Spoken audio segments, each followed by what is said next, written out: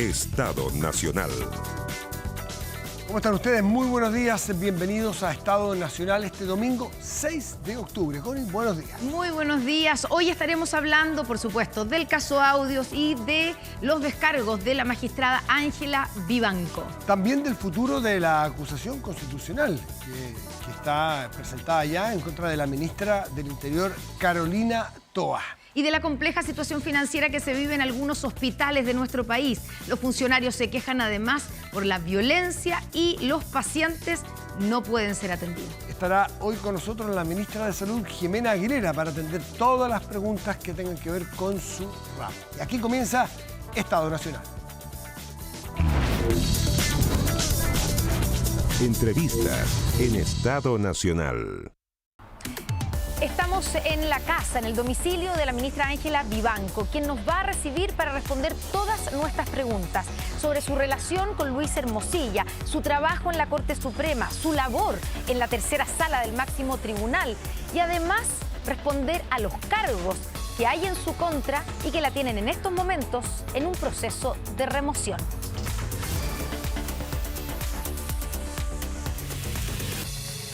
Ministra, está suspendida de sus funciones. Se abrió un cuaderno de remoción en su contra. La Universidad Católica la suspendió de sus clases y se presentó una acusación constitucional en su contra.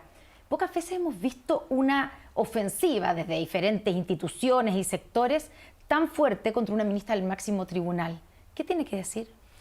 En primer lugar, que ha sido un proceso muy duro y además un proceso muy rápido en que se han ido juntando cosas y agregándose a una especie de bola de nieve, ¿no?, que partió por un procedimiento que se suponía era un procedimiento de carácter ético y que repentinamente se transformó en un procedimiento de remoción sin que hubiera ningún intermedio investigativo ni disciplinario.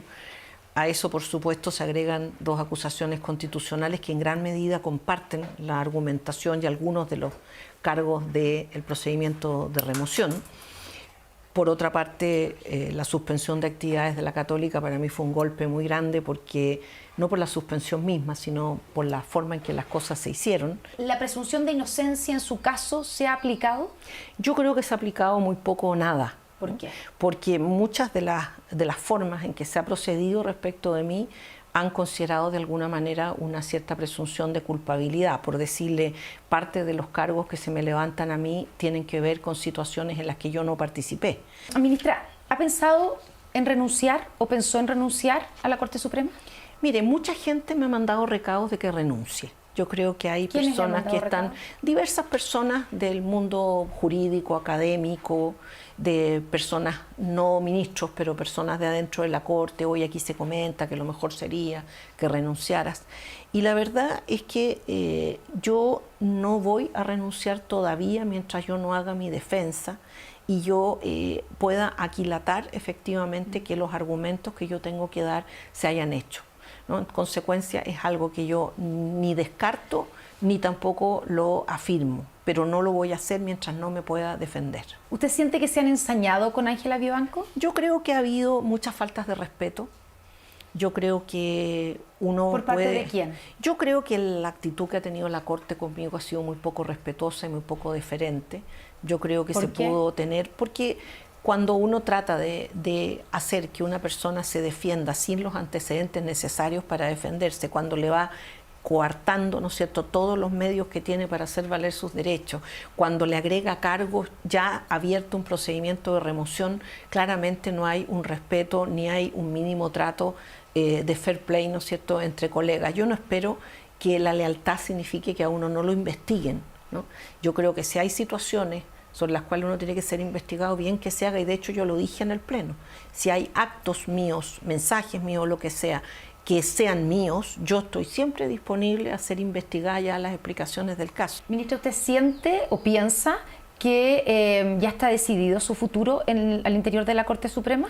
Mire, a mí me han llegado, así como me llegan recados de que renuncie, también me han llegado comentarios de que incluso la resolución de mi destitución estaría redactada, ¿no?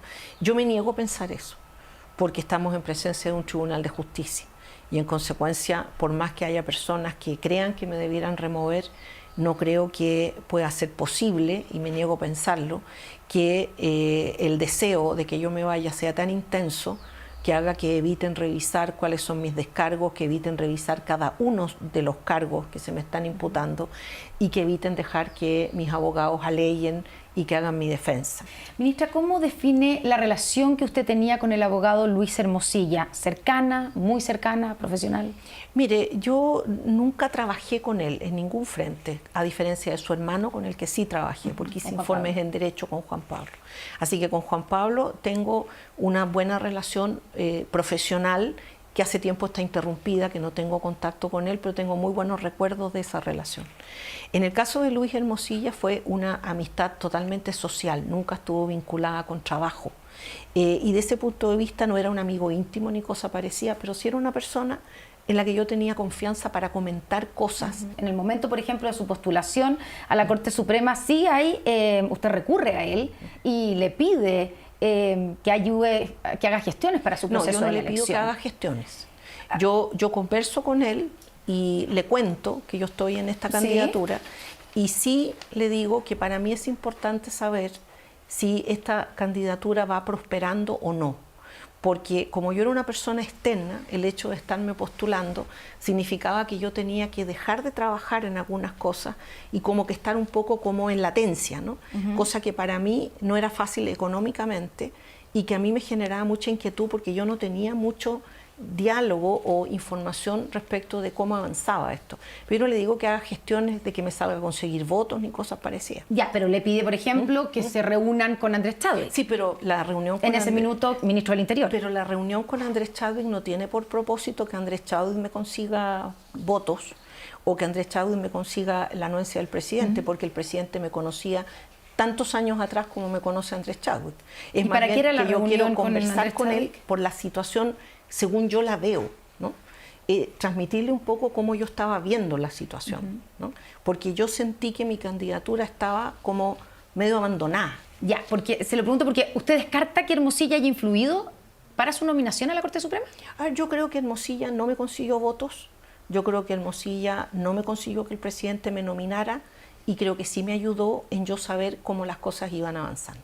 Ya, porque nuevamente cuando uno recorre los chats, que son varios, en esas conversaciones acerca de su nominación, él le va contando, hablé largo con Cristian Letelier, por ejemplo, Claro, quedó totalmente en sintonía contigo. Pero Cristian Letelier es un ministro del Tribunal Constitucional, ya. Entonces no tiene nada que ver con los que decidían. Ya, pero digamos, él está rindiendo permanentemente cuentas de con quién ha hablado. Claro, pero... Alguien, por ejemplo, él pregunta, ¿alguien ha hablado con Lamberto? Se refiere a Lamberto Cisterna. Acabo de hablar con Nelson Pozo, quedó todo... Nelson Pozo también es del TC. Y Lamberto Cisterna me conocía a mí porque fue mi profesor. Entonces, yo creo que en gran medida, ¿no es cierto?, mucho de lo que él hacía tenía que ver como con la buena voluntad respecto de mi postulación. Le insisto en el punto, cuando por ejemplo aparece la quina con la nominación, usted le escribe Echeverry 10, Barahona y Vivanco 8, Pfeiffer y Salinas Gastón 7, Hermosilla dice felicitaciones. Hermosilla dice, ya le avisé a ACH, a Andrés Chadwick, usted dice súper, hay que reunirnos cuando se pueda. Después usted le dice, muchas gracias Luis, por favor ayúdame con reunión con ACH, creo que urge y agradecería muchísimo que fuera de los tres. En eso estoy, le dice él, un abrazo. Esa reunión nunca se hizo de los tres. Ya. ¿Y para qué era esa reunión si no era para decirle, trabajar en su nominación? Para decirle, es que tampoco... Porque es el presidente el que la nomina. Claro, pero y termina siendo usted su candidata. Pero como acabo de decir, Sebastián Piñera me conocía sobradamente. Hay candidatos que necesitan que el presidente los tenga en su radio. No era mi caso. El presidente me conocía sobradamente. Andrés Chadwick también me conocía sobradamente de muchos años. Yo me quería reunir para decirle, mira, ya tengo, ¿no es cierto?, mi nominación. Realmente esta candidatura me interesa, pero pido también, por favor, que si esta candidatura avanza me lo digan. Y si ustedes tienen otra persona considerada, por favor, también me lo digan. Usted le escribe a Hermosilla agradeciéndole las gestiones, sino ¿por qué le agradece? Porque uno agradece a quien lo acompaña. Y de ese punto de vista yo soy una persona agradecida, como lo soy en este momento, de las personas que me han acompañado en este proceso. A lo mejor si esos mensajes se llegaran a publicar, usted diría, pero es que hubo alguno que estuvo consiguiendo en la Corte que voten por usted, es que a lo mejor alguien hizo una gestión para que no la destituyan. No. ¿No queda en deuda con Luis Hermosilla usted? No, yo creo cuando que, una vez que ya es ministra del máximo tribunal. Yo creo que cuando uno agradece que una persona ha sido una buena persona con uno, sin perjuicio de los problemas que ahora actualmente tenga Luis Hermosilla, porque mucho se mira esto sobre la base de la situación que él tiene actualmente. Conmigo fue una buena persona. ¿Y usted dice que Luis Hermosilla nunca le pidió ningún favor? Nunca me pidió nada. Y cuando le escribe por chat y le pregunta si es posible que usted integre una sala en la Corte cuando se veía una causa que a él le interesaba, ¿eso no es un favor? En ese momento, como está descrito en los descargos que yo voy a presentar, el orden de suplencia era un orden que yo venía muy distante porque había varios ministros que eran más nuevos que yo y que les correspondía. Consecuencia, cuando alguien pregunta eso, sabiendo cómo es el sistema de integración, que también yo conozco, yo le contesto en el fondo cualquier cosa, como si me hubiera dicho, ¿existe alguna posibilidad que te tomes un café conmigo a las 10? Oye, sí, en realidad podría ser que me arrancara de la sala, pero son cosas que no tienen ninguna connotación de realidad. Ya, pero porque ni para él ni para mí eso era una posibilidad. Ya, pero usted entiende que cuando la gente y uno lee ese intercambio de WhatsApp del 8 de febrero del 2021, donde Hermosilla le dice, hola querida, amigo mío, ¿cómo estás? Les contesta usted, ¿alguna posibilidad que integre la sala penal mañana? Usted dice, por supuesto, si la sala me pide, voy. Que tampoco existe esa posibilidad. Ya, pero usted entiende que al leer esto, claro, para el que y no él sabe, y usted pregunta, ¿qué causa se ve? Él le contesta, amparo de la Defensoría de la Niñez contra la PDI. Sabemos que Hermosilla además representa en su momento el director de la PDI. O sea, si uno lee esto, usted me concederá que lo que le está pidiendo ahí él es que integre la Corte porque se veía una causa que a él le interesaba. Bueno, por eso es que los WhatsApp, cuando se hacen públicos, no solamente hay que leerlos, sino que también hay que enterarse de los trasfondos y de la realidad. Porque si yo le escribo a usted y le digo, oiga, Constanza, usted no le dan ganas de irse de su trabajo, y usted me dice, me iría hoy día, no significa que usted se vaya a ir. Y en consecuencia, mucho de lo que uno conversa con una persona con la que tiene cierta amistad, hay mucho de tontería en lo que uno contesta. ¿Por qué no se inhabilitó en la ofensiva judicial del consorcio chileno-bielorruso contra Codelco a pesar de su cercanía con el abogado de esa empresa, Mario Vargas? A ver, yo a Mario Vargas lo conozco, una persona que me cae muy bien, es muy amigo de algunos amigos míos, no es un amigo íntimo. Pero ha participado en comidas. Sí, con pero Mario es que Vargas. aquí ha venido mucha gente, Constanza. Él ha venido para acá a comer a su esta casa. casa ha venido mucha gente. Algunos han sido amigos, otros conocidos y otros que incluso han venido acompañando a alguien que nosotros habíamos invitado. Pero Mario Vargas no tiene un grado de amistad suya como para usted haberse sentido que tenía que inhabilitarse. Absolutamente no. Absolutamente no. Porque Jean-Pierre Matus, por ejemplo, sí se inhabilitó en esa causa, por su cercanía con Mario Vargas. A ver, Jean-Pierre Matus tiene 150 inhabilidades declaradas. Me tiene hasta a mí declarada porque yo voté por él. Y yo no soy su amiga.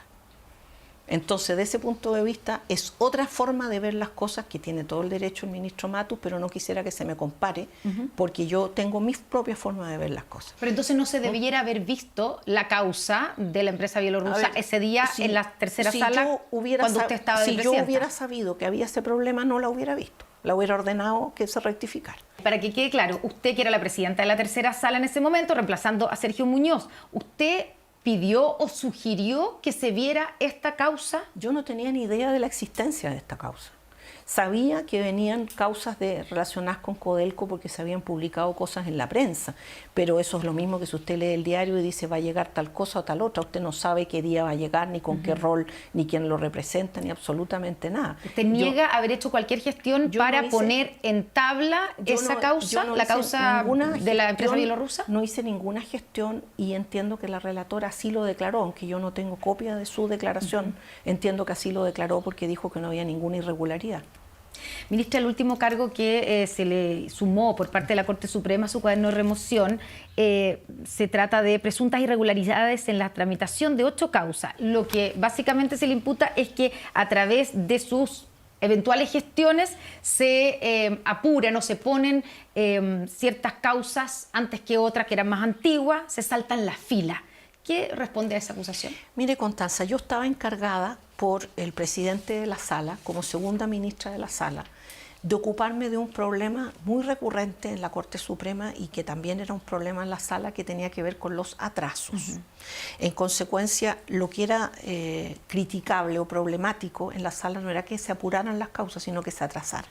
O sea, ¿usted reconoce que sí apuró algunas causas, o sea, gestiones para apurar algunas causas por sobre otras? Yo no solamente apuré causas, sino que yo firmé decenas de cartas a los relatores pidiéndole que apuraran fallos, por ejemplo. Claro, si el problema y el cuestionamiento es cuando son algunas de las causas. Claro, hay una explicación lógica para todos los casos que nosotros estamos mencionando, pero también me parece a mí que hay una selección bastante mañosa de los casos para parecer que habría algún tipo de interés porque se trataba o de empresas o porque se trataba de personas influyentes o porque se trataba de un senador de la República. Ministra, cuando uno ve todo esto ya llegando a la parte final de la entrevista, a usted se le está como apuntando como la ministra que hacía y deshacía en la tercera sala. ¿Era así? A ver, yo creo que todo el mundo conoce la figura, ¿no es cierto?, de Sergio Muñoz. Sergio Muñoz es un hombre no solamente de una tremenda trayectoria, sino que un hombre con mucha personalidad y un hombre muy seguro de sí mismo, que preside la tercera sala, que es muy respetado por todos en la sala, incluidos los ministros y sobre todo yo, que tengo un especial respeto por él. Y todas las decisiones que yo tomé siempre fueron conversadas con el resto de los ministros y muchas veces conversadas con él cuando era necesario, incluida particularmente la causa Codelco, en que yo lo llamé para contarle lo que había pasado. ¿Qué pasa con nuestro Poder Judicial? Porque por lo bajo huele y suena a corrupción, ¿o no? ¿Cuál es su visión? A ver, yo que conozco por dentro el Poder Judicial, creo que siempre un poder del Estado puede haber algún caso de corrupción, pero siempre creo que son casos aislados. ¿Y qué le dice a quienes piensan o creen después de todo esto que Ángela Vivanco es una jueza corrupta? Siento que lo piensen así, espero que mi defensa sea lo suficientemente eficaz para que cambien su opinión.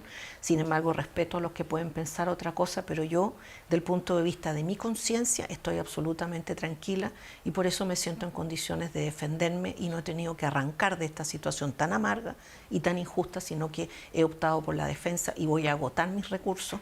Y no solamente eso, sino que en su momento, cuando ya esté más tranquila y yo me pueda ya ver superado, ¿no es cierto?, de mucho de esto, también voy a ejercer las acciones legales que correspondan. ¿Había algún otro ministro de la Corte Suprema que tenía contactos con Luis Hermosilla, ministra? No lo sé. Puede ser, es posible, pero no lo sé. Y finalmente, si usted pudiera volver atrás, ¿de qué se arrepiente? O mejor dicho, ¿qué no repetiría? A ver, tendría mucho cuidado con los mensajes, porque uno a veces escribe un mensaje con confianza y resulta que esa confianza se desvirtúa. Tendría mucho cuidado posiblemente con que no pueda llegar a entenderse que una relación, ¿no es cierto?, de una amistad social significa que de alguna manera hay la impresión de que ha habido favores o maniobras de por medio. Y quizás me pensaría también, para serle sincera, si hubiera postulado a la Corte Suprema. Porque yo postulé a la Corte Suprema con una convicción de que yo podía llegar a aportar. Trabajé muy duro, trabajé una enorme cantidad de horas por la Corte Suprema y la verdad es que siento como que mucho de lo que hice está quedando por el camino por una situación que, como dije antes, ¿no es cierto?, me parece injusta, así que quizá lo pensaría. Hoy le pregunto, ¿es Ángela Vivanco inocente? Sí, y los antecedentes creo que lo demuestran. Ministra Ángela Vivanco, muchas gracias. Muchas gracias a usted. Análisis en Estado Nacional. Bueno, ahí están las declaraciones, los descargos, parte de los descargos de la ministra Ángela Vivanco, que recordemos que está suspendida y cuya defensa presentó dos escritos, uno de 220 páginas el día viernes para defenderse en la Corte Suprema por el cuaderno de remoción, que contestaron uno a uno los cargos que se le imputan ahí, y otro, 7 cargos exactamente, y otro escrito que es más corto, que fue la respuesta al Congreso a la acusación constitucional. Es completamente paralela. Sí. Hay que decirlo. Sí, exactamente. Sí. Y en esa lista, en la arista, si se quiere, constitucional, de parte de la defensa, una de las bases o las cosas que más ha llamado la atención es la búsqueda de inhabilidad de más de 60 diputados. para ver este caso por tener ya opinión o haber dado ya opiniones taxativas, públicas, directas en contra de la ministra Vivanco. Saludemos a nuestros invitados de hoy, ¿te parece? Exactamente, porque además varios están y van a tener que ver esta acusación. Partimos con Luis Sánchez, diputado del Partido Republicano. Bienvenido. ¿Qué tal? ¿Cómo están? Muchas gracias. Y por este lado, Juan Ignacio de la Torre, que es senador del Frente Amplio. Juan Ignacio, gracias por estar aquí. Buenos días. Buenos días, Matías, Connie. Gracias por la invitación. Saludamos a Jimena Osandón, diputada de Renovación Nacional, jefa de bancada también. Muchas Bienvenida. gracias también. Muchas Luis gracias Sánchez también es jefe de bancada de Republicano. Sí, exactamente. Juan Luis Castro, senador del Partido Socialista. Juan Luis, gracias por estar aquí. Muy buenos días. Gusto saludarle, buenos días. Bueno, partamos por la petición precisamente de la defensa de Ángela Vivanco de la inhabilitación de 64 parlamentarios que están pidiendo. ¿Ustedes se van a inhabilitar alguno de los dos, Jimena Osandón? Mira, las inhabilidades en estos casos las determina el secretario general de la Cámara. ¿Pero se sienten inhabilitados más allá de lo que vaya a ocurrir formalmente? No, yo creo, mira, de verdad que yo entiendo que tiene que existir una defensa de parte de la ministra, corresponde, ella es inocente hasta que no se determina su culpabilidad, es razonable, me gusta lo que está haciendo en el sentido que ha salido por muchos medios también en su defensa, probablemente es parte de una estrategia que no todos han tenido en el último tiempo. Pero por otro lado, ¿a qué se refiere? Andrés Chadwick, creo que nosotros lo hemos pedido, incluso aquí en este programa también hace tiempo también lo dijimos, es importante saber lo que piensan las personas que están en este ojo del huracán, porque al final uno empieza a dar explicaciones y argumentos que muchas veces puede estar lejano a la realidad sobre su posición y cosas de ese tipo. Pero ha salido Andrés Chadwick con unas declaraciones cada vez que se lo nombra o se lo involucra en alguna parte, en algunos casos muy puntuales, pero hemos sido bien insistentes, Connie, en pedir que por favor, en el fondo, transparente su relación con el señor Hermosilla, si es profesional de amistad, las dos cosas, o sencillamente una muletilla de parte del señor Hermosilla, y ahora pareciera que entra otro actor, que es el fiscal Guerra, entonces la cosa se va enredando cada vez más.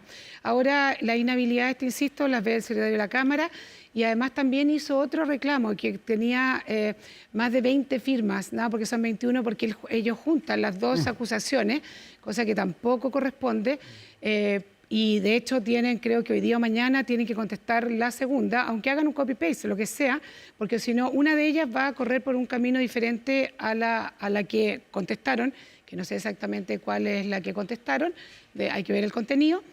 Y eso es así, y es el secretario de la Cámara al final quien dice, y con el cual uno conversa el tema de las inhabilidades.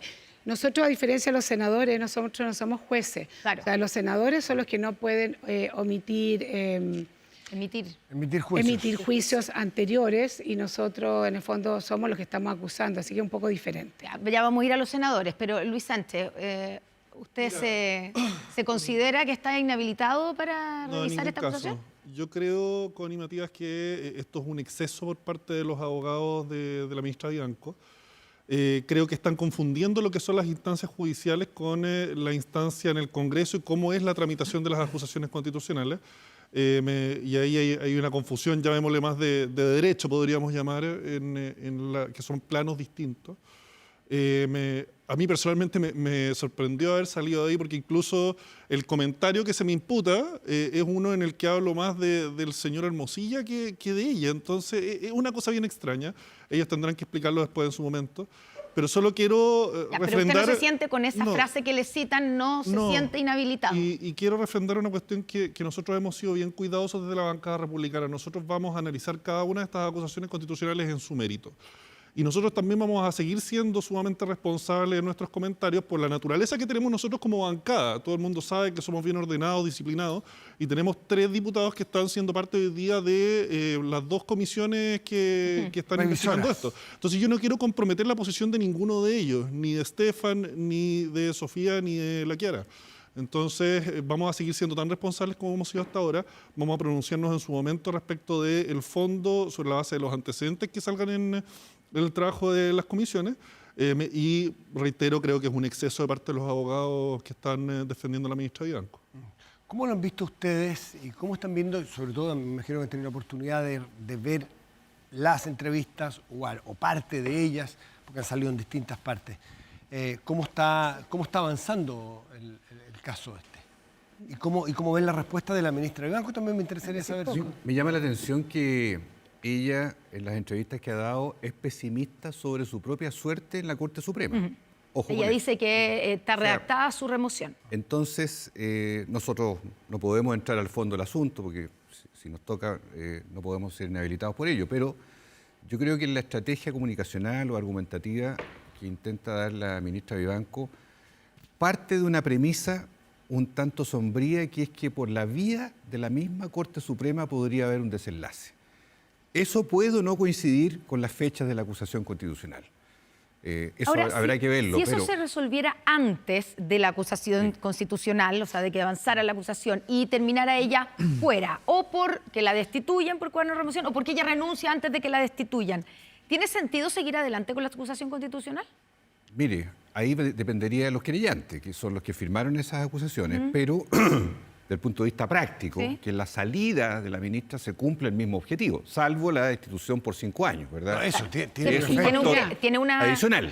Sí. Pero obviamente ha ocurrido antes, en acusaciones contra otras autoridades ha ocurrido. O sea, se desactivan de alguna manera cuando ya se produce el paso al lado de la persona que está querellada en este caso. Todo puede pasar. Sí, a ver, yo creo que son carriles distintos, por tanto la acusación constitucional tiene que seguir su propio camino. Recordemos que Ángela Vivanco fue militante de un partido político, por tanto un efecto de la acusación constitucional es 5 años de inhabilidad en cargos públicos, en participar de la política, o sea, es muy duro en ese sentido. Recordemos, por ejemplo, el caso de Yasna Proboste, ¿no?, que tuvo 5 años y después fue candidata. Entonces, si Ángela Vivanco quisiera volver a la política, ella fue militante de un partido de derecha, tiene un efecto la acusación constitucional. Y en ese sentido creo que hay que separar aguas respecto de, este es un jurado político, el Senado. Si es que la acusación prospera, pasa de la Cámara al Senado, es un jurado político, no es un juicio, no es un tribunal de justicia, es un tribunal político, ¿no? Es un juicio político y por tanto los senadores tenemos que actuar en su mérito, analizar los capítulos, ¿no?, si tiene fundamento, y cada cual votará en conciencia. Por tanto, toda esta artimaña de la defensa de inhabilitar a priori por secretaría a algunos parlamentarios, creo que nos está confundiendo planos, digamos, ¿no? Acá hay un tema de soberanía popular y un tema de juicio político. Y sí quiero recordar que en su momento, creo que fue la primera designación que a mí me tocó enfrentar como senador, el 2018, yo voté en contra de Ángela Vivanco, sin tener estos antecedentes, con otros argumentos, etcétera, y también fui muy crítico de ella públicamente en medio de la tramitación de la Ley Corta de Salud. Ella era vocera de la Corte Suprema y dio una entrevista a título personal, no como vocera de la Suprema, donde era muy favorable, digamos, a las ISAPRES. Y ahí fuimos muy críticos, pero llegada la acusación al Senado, tendremos que analizarla en su mérito y votar en su mérito. Solo para aclarar, ¿usted, senador, votó a favor de Ángela Vivanco? No, yo no era senador. No era senador. Ya era diputado, tiene toda la razón. Llegué después, pero precisar de que efectivamente, como dice mi colega Latorre, hay una situación acá de una escaramuza de inhabilidades que yo creo que no favorecen nada la clarificación del fondo de las cosas, porque me parece muy masiva esas inhabilidades y me parece que están, bueno, la Cámara decidirá, pero en la práctica no van al fondo de lo que ella podría defender en el minuto determinado, el contenido, me refiero, que eso es lo más importante a partir de todo lo que sabemos. ¿Algo quiere decir? Sí, quiero decir eso justamente, que yo creo que aquí lo que estamos enfrentando es tal vez, como bien dijo el senador Castro, una suerte que se siente un poco derrotada. No sé si exactamente la acusación es nuestra, pero de alguna forma con estas inhabilidades está preparando un escenario que podría ser de alguna forma más internacional. Y eso ya se ha dicho un poco, que con todo esto podrían ser ciertos antecedentes para ir a un tribunal internacional después de lo que determine la Corte Suprema y también, en el fondo, el Senado en este caso.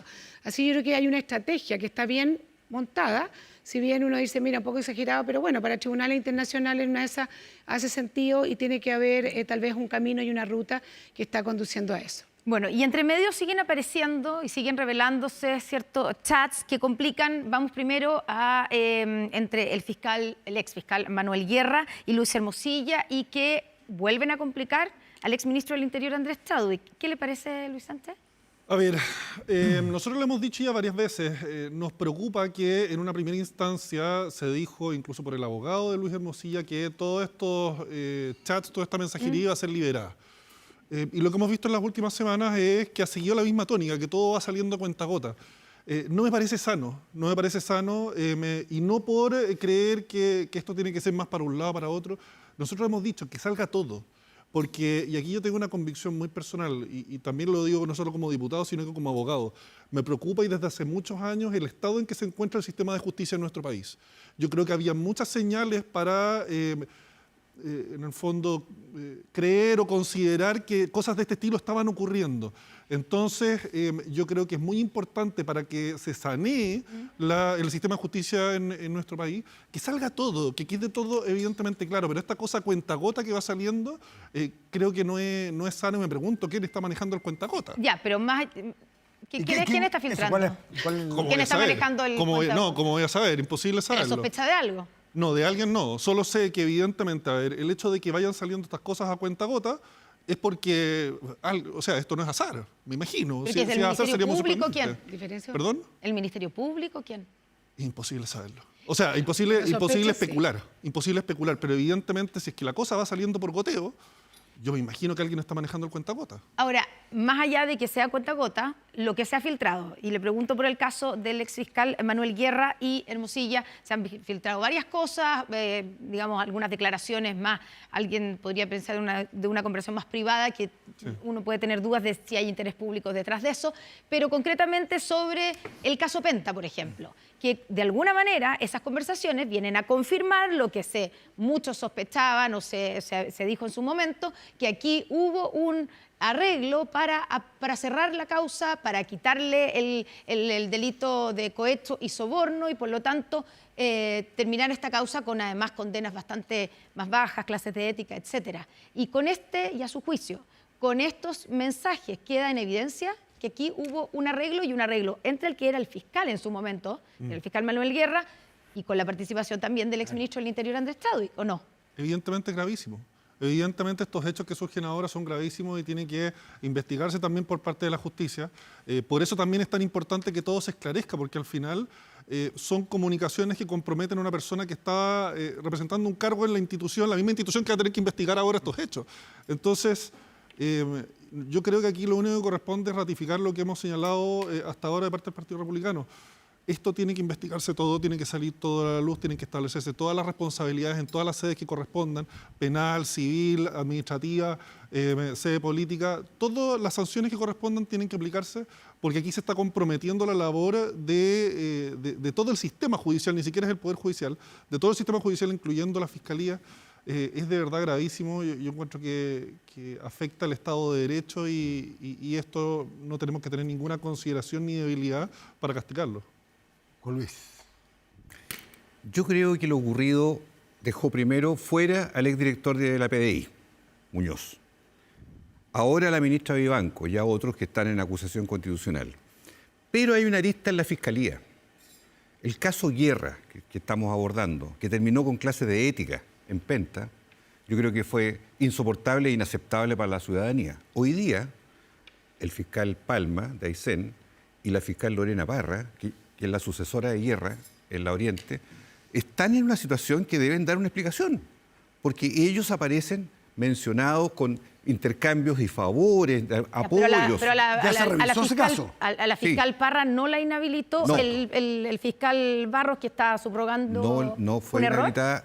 Sí, yo diría porque existe un vínculo de apoyo que está de alguna manera transcrito en ciertos chats, ciertas mensajerías que hay de por medio, y uno percibe desde afuera que nunca debiera haber en esto ni una sombra de duda para efectos de poder llevar adelante un proceso. Ustedes que son senadores, les correspondió esta semana votar por dos supremos, por dos mujeres que llegan a la Corte Suprema.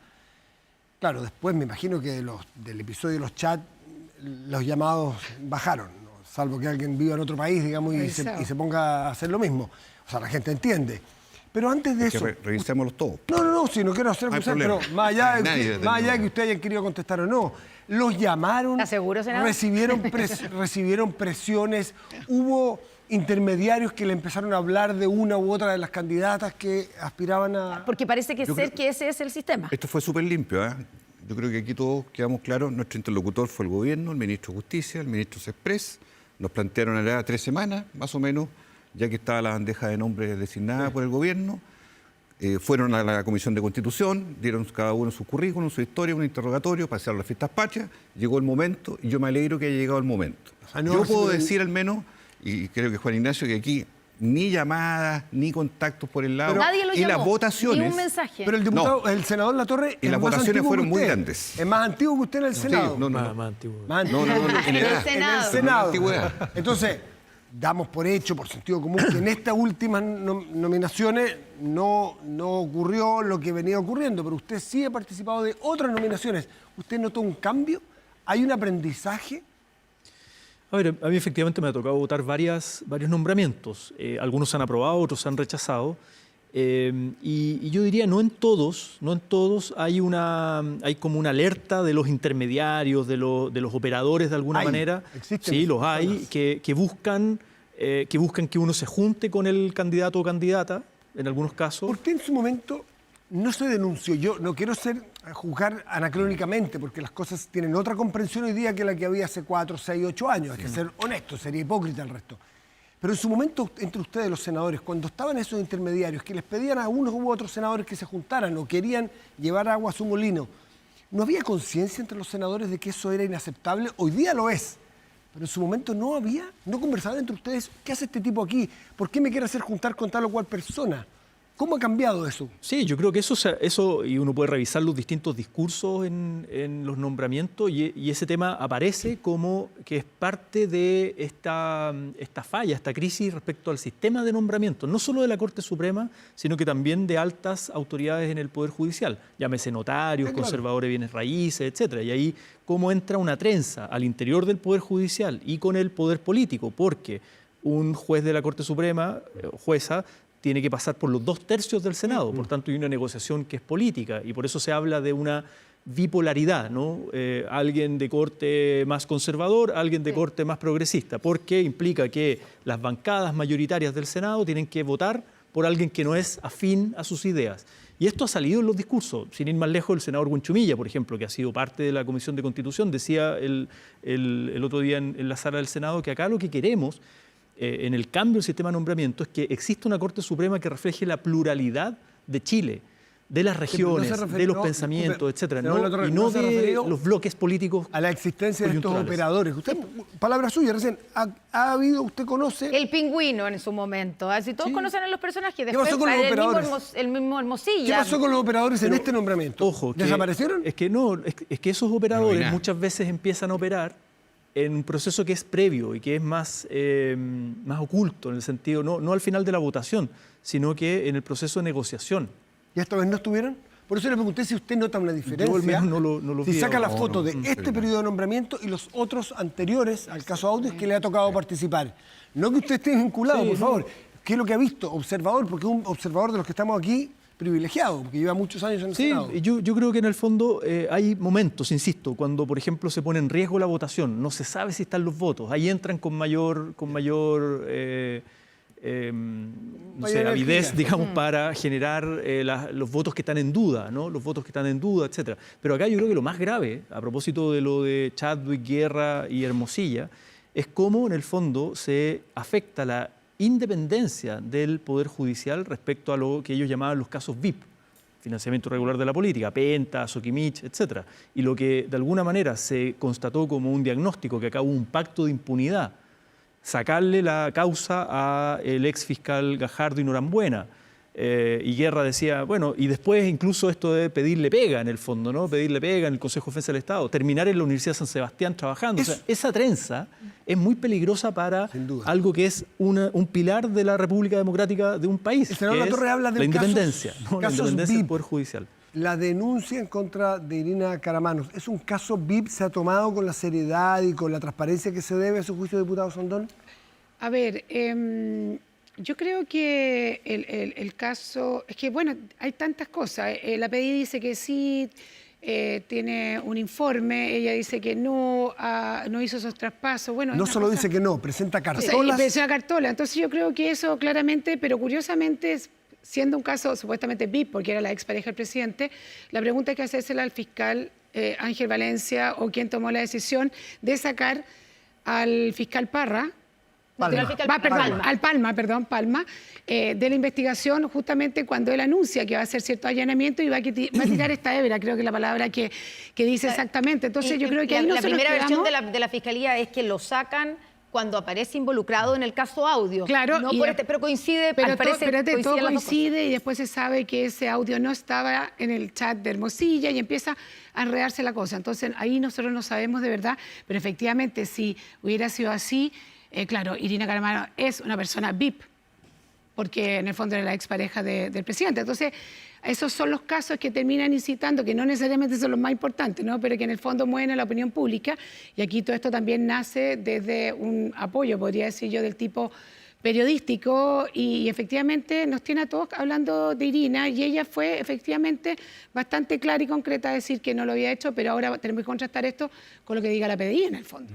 Diputado Sánchez. Y no es solo un tema de Irina Caramano, sino que de Alberto Larraín, y hay que decirlo, porque esto va más allá de las cartolas y las transferencias que puedan haber existido por parte de la ex pareja del presidente, sino que las comunicaciones que existían y que se han filtrado entre Alberto Larraín y el gobernador de Magallanes, donde dice, oye, conversé con el presidente, apuremos esta cuestión, y entre el gobierno pasado, y eso es lo que más me sorprendió a mí, y este gobierno salta en 14 veces el valor de la cantidad de fondos recibidos por Procultura, pasamos de 1.000 millones a 14.000 millones.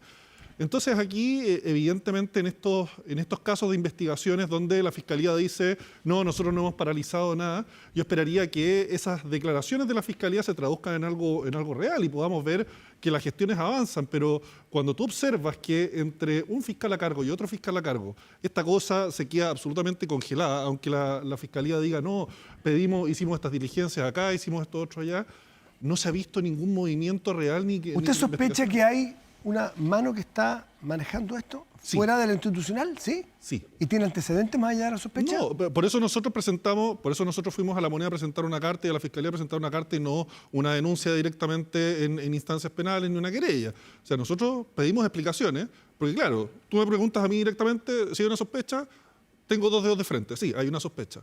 Pero no tengo los antecedentes para... ¿Sospechas de qué concretamente? Sospecho de que evidentemente, como aquí se trata de un caso que se está acercando cada vez más al presidente, haya habido algún tipo de comunicación o de solicitud o pedida de que esto no se moviera. Ahora, para que esa sospecha se traduzca en algo real, yo espero que haya una investigación, al menos una aclaración por parte del presidente y de la Fiscalía, y se tomen medidas. Por eso, acto seguido, nosotros lo que solicitamos es que el fiscal nacional, Ángel Valencia, se haga personalmente cargo de esta investigación.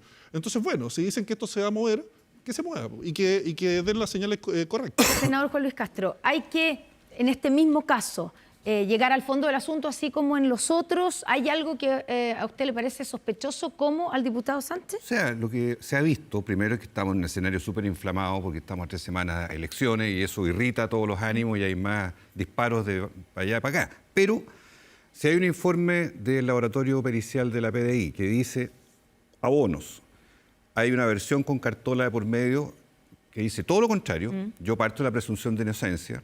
Y creo que eso tiene que validarse. Me refiero a qué pasó en esa relación de trabajo con una fundación que efectivamente tiene un problema hoy día judicial en varias regiones del país, pero no... ¿Problema serio? No serio, grave, o sea, o defraudación. Pero creo que hay que ser muy cauteloso y fino en esto. No partir de la base de que la acusada, en este caso Irina Caramano, es culpable de algo porque hizo una transferencia. Yo creo que eso es un poquito... apresurado. Yo creo que hay que tener mucha prudencia en la forma de atacar o no una causa política, pero no respecto a personas que no están claras. Se han hecho críticas al presidente, puntualmente a la forma en que defendió, y al gobierno también, porque sus ministros también se han referido al tema, a la propia Irina Caramanos. ¿Usted qué análisis hace al respecto? Yo creo que es evidente que el presidente, que conoce muy bien a la persona afectada, tiene convicción y tiene todo el derecho a decir su palabra, su verdad respecto a que hubo o no algo y no hubo algo, no hubo nada. Entonces, yo creo que eso es legítimo, pero me parece bien también que las instituciones, Fiscalía, PDI, clarifiquen finalmente qué pasó y por qué pasó, si es que hubo algo, pero no partir diciendo Caramano culpable de, asociada a, vinculada a algo que no está aprobado hoy día y creo que en eso tiene que trabajar bien el ejercicio penalístico al respecto. Senador Latorre, ¿está bien la defensa que hizo el presidente Gabriel Boric y el gobierno de Irina Caramano en este caso o debió haber sido más prudente, como dicen algunos? A ver, el presidente dijo algo, porque dijo, yo conozco a Irina, confío en ella, creo que esto no va a quedar en nada, pero dijo también que se investigue todo hasta el fondo, porque eso no es suficiente que lo diga él como expareja, como en un acto de confianza. Dice, esto no es suficiente, sino que se tiene que investigar todo. Y al final se sabrá si esto es un voladero de luces, un desvío de atención, ¿no?, de las otras causas que estábamos... ¿Hay algo de eso?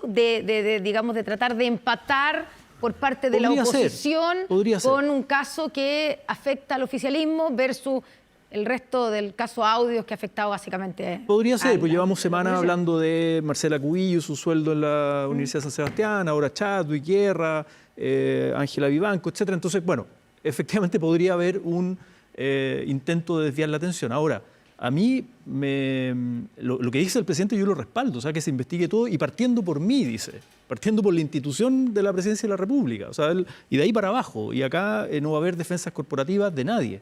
Y la misma Irina dice, primero, es falso lo que esta nota de prensa dice respecto de que ella transfirió, y ahí están mis cartolas, y qué bueno que hoy día exista, algo que aprobamos en el Senado y tiene que seguir profundizándose con la inteligencia financiera, el secreto bancario. O sea que si hay sospecha de delito, si hay sospecha de transferencias que son irregulares o derechamente delito, bueno, que hoy día el Estado tenga la capacidad, algo que la derecha se opuso mucho, a levantar el secreto bancario y a que haya un análisis de inteligencia financiera. Y la actitud de ella ha sido, no solo voy a esperar que me citen o que me levanten el secreto bancario, sino que aquí están las transferencias. Y ella dice, yo trabajé en esa fundación como profesional, recibí un sueldo, pero nunca aboné recursos a esa fundación. Entonces, el equívoco se produce también, no solo porque hay una investigación y un peritaje de la PDI, que es una institución formal del Estado, sino que la propia abogada de la ONG, de esta fundación, confirma y sostiene. Ella comunica directamente, nadie le pregunta, ella envía un comunicado donde dice que Irina Karamanos devuelve, me parece que el término que utiliza, recursos para generar transparencia antes de que asuma el presidente Boric. Pero después se desdice. Se desdice, por supuesto, corrige. Entonces, pero hay... Por eso, hay dos versiones. Hay dos versiones. Que se chequee. No hay humo. Que se chequee. Si en el fondo es muy fácil chequear. O alguien está mintiendo o alguien está tergiversando la información. Es relativamente fácil. Pero que se chequee. Hay algo un poquito más serio de lo que señala Irina y de lo que me refrenda usted de cierta forma ahora que se chequee, sí. Pero hay algo más grave en esto, que es que en el fondo la afirmación de ella lo que dice es que ha habido una declaración falsa o una manipulación de la investigación por parte de la PDI. Eso es lo que afirma. O sea, si la PDI afirma que existen transferencias por parte de Irina Karamanos a Procultura y ella sale a decir todo lo contrario, estas transferencias nunca existieron, entonces yo esperaría que haya una aclaración por parte del director nacional de la PDI diciendo si es que él está conforme con la investigación que ha desarrollado la PDI o si es que aquí en el fondo ha habido información falsa que ha sido revelada de alguna forma por la Policía de Investigaciones. Porque esto no es algo como que pueda quedar volando en el aire, no, es una diferencia de opinión. Opiniones. No es una diferencia de opinión. A ver, aquí una institución del Estado encargada de realizar una investigación criminal está afirmando una cosa, Irina Karamanos sostiene completamente lo contrario, que eso sería falso. Entonces aquí tiene que haber una aclaración, porque claro, ella puede compartir sus cartolas, pero yo no tengo idea si es que tiene más de una cuenta bancaria Irina Karamanos. Entonces puede saber. Pero María, solo una cosita, que el medio de comunicación que sale con la nota dice que la PDI habría sugerido que se la declare o se le invite a declarar como imputada. Y luego sale el director a decir, eso es falso. Entonces, acá puede haber algo que venga de la investigación, que se filtre de la investigación, pero también una tergiversación de las comunicaciones, de cómo llega a la ciudadanía. Pero la actitud de ella ha sido de colaborar con la justicia, acá están las cartolas, y que se investigue todo, Nos vamos rápidamente a una pausa, a la vuelta continuamos con nuestro panel, acusación constitucional en contra de la ministra del Interior, Carolina Toá. ¿Están los votos?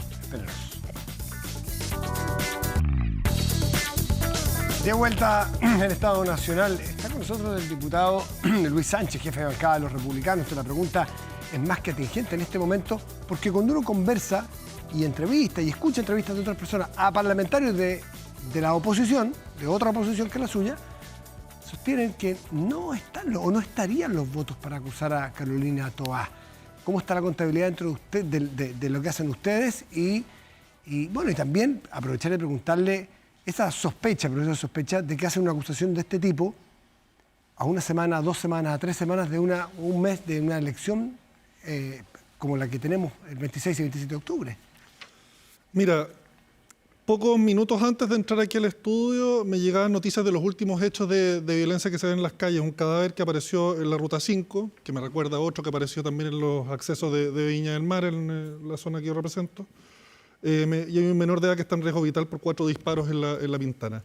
Más que estar hablando de temas de las elecciones o estar insinuando que esto tendría un afán electoral, veamos cómo está la situación en las calles y la crisis de inseguridad y la crisis migratoria en nuestro país. Pero uno podría preguntar si una cosa lleva a la otra. Diputado, uno podría preguntar si una cosa soluciona la otra, porque el que aparezcan muertos no solo todo nos preocupa, nos consterna como lo que está ocurriendo, pero tampoco es gran novedad. La pregunta es si esa acusación va a solucionar en algo. Porque si va a solucionar, creo que tendría el 101% de los votos, si usted garantiza que va a solucionar el problema de delincuencia. Yo he conversado esto con otros diputados y lo que sí te puedo decir con mucha tranquilidad, Matías, es que nosotros hemos probado todas las vías por herramientas de fiscalización, por herramientas de conversación en el Congreso, trabajo legislativo, con la ministra Toá, con el subsecretario Monsalve y su equipo.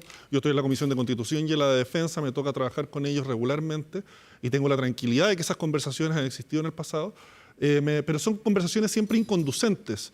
Entonces, claro, que me digan ahora que hay muchas otras herramientas o vías para resolver estos problemas distintos a acusar constitucionalmente, yo no estoy de acuerdo, porque lo hemos probado literalmente todo, y por parte del gobierno no ha existido ninguna voluntad, y eso lo tratan de disfrazar con la reunionitis, que nos invitan regularmente para las galletitas y el café, pero eso no termina en nada. Entonces, claro, yo veía aquí, salió una nota en la Tercera hoy día en la mañana, los distintos proyectos de ley que menciona el gobierno como temas prioritarios para resolver la crisis de inseguridad. Crear un ministerio de seguridad, más burocracia, no sé qué va a resolver eso en la crisis en las calles. Infraestructura crítica, ya está operativa infraestructura crítica en el norte, no creo que podamos decir que se resolvió la crisis migratoria gracias a eso, sin duda es de mucha ayuda. Pero ha disminuido, efectivamente, han disminuido la cantidad de inmigrantes. 100 inmigrantes ilegales entran todos los días. Pasos irregulares. 100 inmigrantes ilegales entran todos los días. Puede que sea menos que en otros momentos en el pasado, pero 100 siguen entrando todos los días por lo menos. Inteligencia financiera, puede ser bueno, pero insuficiente. Reglas de uso de fuerza, congelado, y sabemos que hay una alta probabilidad de que esta norma de justicia militar, que habría sido algo verdaderamente interesante, ni siquiera termine saliendo. Pero todo eso está en el Congreso, ¿ah? Todo eso está en el Congreso. Todo eso está en el Congreso, pero lo que voy es, ¿estas cosas alguien cree de verdad que va a resolver algo en la calle? O sea, yo voy al problema concreto, yo soy en general súper práctico. ¿Cuál de estas leyes va a garantizar? ¿Qué es lo que no está haciendo la ministra Toá, que podría, según usted, solucionar esta crisis y que merece entonces, por no estar haciéndolo, una acusación constitucional? Una infinidad de temas, pero te voy a dar algunos ejemplos muy precisos. Reasignación de presupuesto para destinar recursos prioritariamente a temas de seguridad. Nos dicen que ahora la ley de presupuesto va a tener un énfasis en seguridad, pero veíamos cuánto era el aumento de recursos al Ministerio de Cultura, finalmente era como entre un 30 y un 40%. Pero el punto de partida del Ministerio de Cultura es pero la falta bajo. de foco, nadie está diciendo que no sea relevante la cultura. Lo que estoy diciendo es que están matando gente en la calle y se están cobrando cuentas entre ellos los delincuentes todos los días. Entonces lo que vemos en la realidad es un descontrol criminal en la calle, que es muy distinto a lo que existía hasta hace algunos años, que el Estado es, a través del Ministerio de Seguridad, el Ministerio del Interior, quien tiene la responsabilidad de hacerse cargo de todas estas cosas, y eso no lo han estado haciendo. Hay herramientas que tiene a su disposición el Ministerio del Interior, leyes que ya existen y que no se están aplicando en este caso, y eso lo que consideramos es que merece una acusación constitucional. Entonces, más allá de contar votos, nosotros en esta etapa lo que estamos haciendo es preocuparnos de que la argumentación en esa comisión sea lo más sólida posible para resolverle todas las inquietudes y dudas que puedan tener otros sectores políticos. ¿Renovación Nacional va a dar los votos para la acusación? Mira, nosotros desde un principio hemos dicho que estaríamos por apoyar esta acusación constitucional contra la ministra Toá, lo cual yo no puedo comprometer los votos de toda la bancada completa. Ahora sabemos que Bópoli dijo que no lo va a estar apoyando, así que claramente los votos es difícil que estén en la sala, porque si el sector de la derecha no está ordenado, ¿qué pasa? No le vas a pedir a demócratas amarillo o lo que sea que en el fondo suplan esa parte. Ahora yo creo que esto tiene varias aristas. Primero, la pregunta efectivamente uno no es la solución, ¿no es cierto? Pero en el fondo pone un tema para buscar alternativas y también para poner temas sobre la mesa y también tirar un poco el mantel. ¿En qué sentido? En que si bien el gobierno ha dado algunas cifras, ¿no? Que son mejores, efectivamente, de la peor de las situaciones que hemos vivido, también tenemos otras cifras, por ejemplo, la encuesta Gallup, que dice que Chile es de los 5 países con más temor las personas de salir a la calle. Incluso estamos sobre países que tienen incluso democracia fallida, o sea, la gente hoy día efectivamente está muy aterrada. Entonces, siento que hemos ido perdiendo un partido, que es muy importante, y cuando tú partes un partido, en el segundo tiempo al menos tienes que demostrar que tienes que hacer cambios de estrategia. Si el Calle sin Violencia no resultó, porque efectivamente se reasignó presupuesto, se trató de traer más dotación, pero eso no funcionó. Bueno, la pregunta nuestra, ¿cuál es el plan B? Y yo siento, ¿Y eso se soluciona con una acusación constitucional? Parto con lo primero que dije. Las acusaciones constitucionales muchas veces se presentan, pues tú sabes que existe poca posibilidad incluso que llegue a destituirse la persona, porque son muy pocas las acusaciones constitucionales que históricamente ha sucedido eso. Pero también buscan el tema, esto de poner los temas sobre la mesa, de tirar el mantel y decir, hagamos algo, estamos perdiendo este partido, no se han hecho los cambios que corresponden, y nosotros que representamos, me imagino que los senadores también, unos distritos mucho más grandes, el tema de la delincuencia hoy día está desatada, Connie. Y la gente te dice, no, es que mira, fue una balacera espantosa, pero era ajuste de cuenta, y con eso nos quedamos tranquilos. Pero no nos damos cuenta que entre una banda y la otra hay una ciudadanía completa, que soy gente buena, que hoy día se guarda en su casa, tiene un sistema de vida muy diferente al que tenía antes. Los comercios, al menos en mi distrito, muchos se están cerrando temprano, porque la vida está cambiando. ¿Por qué? Porque la delincuencia nos está ganando el partido. Entonces el punto es hacer un llamado al presidente que en el fondo haga cambios estructurales. Nada dice que vayan a ser la solución, porque aquí yo creo que esto parte de una cosa mucho más integral.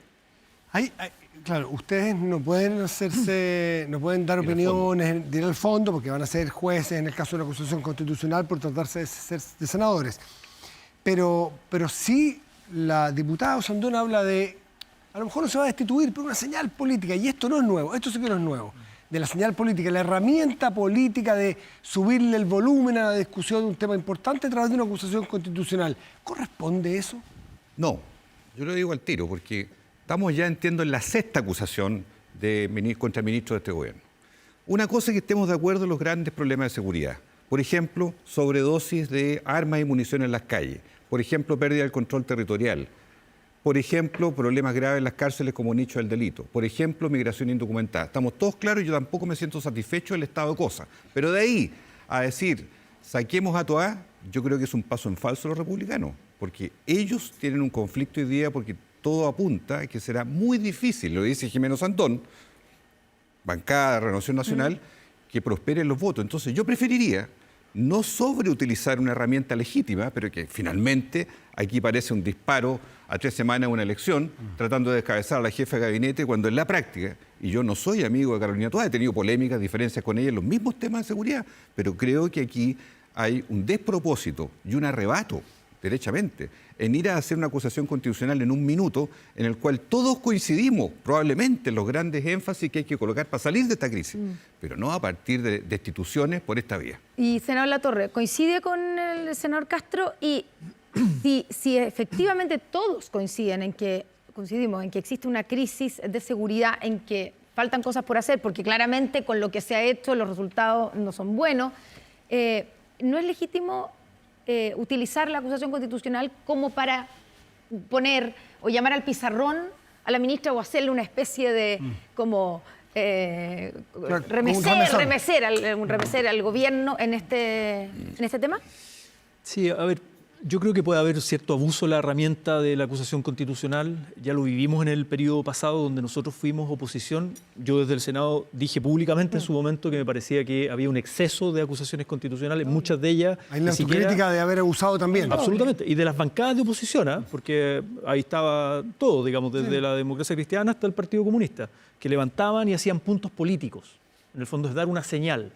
Porque es fácil presentar una acusación, juntar las firmas para presentarlo es fácil, pero conseguir los votos es difícil. Entonces, si la propia derecha o sectores de la derecha dicen, sabe que esto es una tontería, esto es una pérdida de tiempo, concentrémonos en la ley de presupuesto, que tiene un incremento en el presupuesto de seguridad pública, mejoremos los sueldos de los carabineros, mejoremos las fronteras, el trabajo que hay que hacer en las cárceles. O sea, tomémonos en serio la crisis de seguridad pública, que además... ¿Pero el gobierno se la está tomando en serio? Yo creo que sí, y además la convocatoria que ha hecho el presidente es de trabajar esto de manera transversal, no de sacar cuentas para atrás, porque además lo que hace esta acusación, ya si es que avanza y llega al Senado habrá que pronunciarse sobre el mérito y el fundamento, pero también de alguna manera le echa la culpa al gobierno de Piñera. Entonces yo me imagino los parlamentarios de la derecha, que eran oficialistas y que les tocó enfrentar una crisis de seguridad pública que se viene arrastrando en Chile hace mucho tiempo, también dicen, ¿cómo voy a apoyar una acusación contra una ministra del Interior si también viene? Entonces, a mí a ratos me huele que esto es para hacer un punto político. Ahí existe la herramienta de la interpelación, más que de la acusación constitucional, que es como de último ratio. Y a 3 semanas de una elección donde yo veo que hay una guerrilla civil en la derecha como de diferenciación, de hacer un punto político por quién es más duro, ¿no? Y entonces bueno, y la prueba de eso, ¿quién es más duro? Es la derecha, ¿cómo le llaman? La derecha blandita, la derechita cobarde. Cobarde, etcétera. Sí, yo creo que tiene que ver algo más con eso que con el fundamento de fondo, ¿no? A propósito de quién es más duro, apareció de manera bastante inesperada una acusación que no prosperó, que se cayó muy rápido, contra el presidente de la República. Sí, no se presentó. Claro, no prosperó, no llegó ni a presentarse. Se anunció minutos después de que los republicanos habían presentado la acusación. Entonces pareció que era, se lo digo con mayor respeto, como un poquito efectista. Y cuando uno después conoce la información que hay detrás, cuando el propio presidente de su partido les quita el piso a ustedes, y me digo ustedes representada por usted, que es la jefa de bancada, parecía que efectivamente no tenía mucha reflexión, no tenía asidero, no tenía ni siquiera carne dentro del propio partido. ¿Qué pasó allí, Jimena? A ver, son varias cosas. Primero que todo, yo quiero un poco que la gente entienda que las acusaciones constitucionales no son como propias de un periodo. O sea, como que tenemos baja trabajo legislativo, entonces ahora no tenemos tiempo para las acusaciones constitucionales. Las acusaciones constitucionales se dan cuando se deben dar. Efectivamente, hay una cantidad en este minuto y es cierto y es complejo que la ciudadanía de alguna forma lo entienda. En el caso de la presentación que nosotros hicimos, justamente hace relación con el tema de crisis, al final de determinar, bueno, quién realmente es la figura última, ¿no?, de la responsabilidad del orden público del país, y constitucionalmente todo el mundo sabe que es el presidente de la República, y nosotros hicimos todo un análisis jurídico donde efectivamente teníamos un análisis de lo que el presidente debería haber hecho con el general Yáñez, y también teníamos un análisis jurídico con la falta de herramientas que el presidente tiene constitucionalmente y que no ha hecho uso.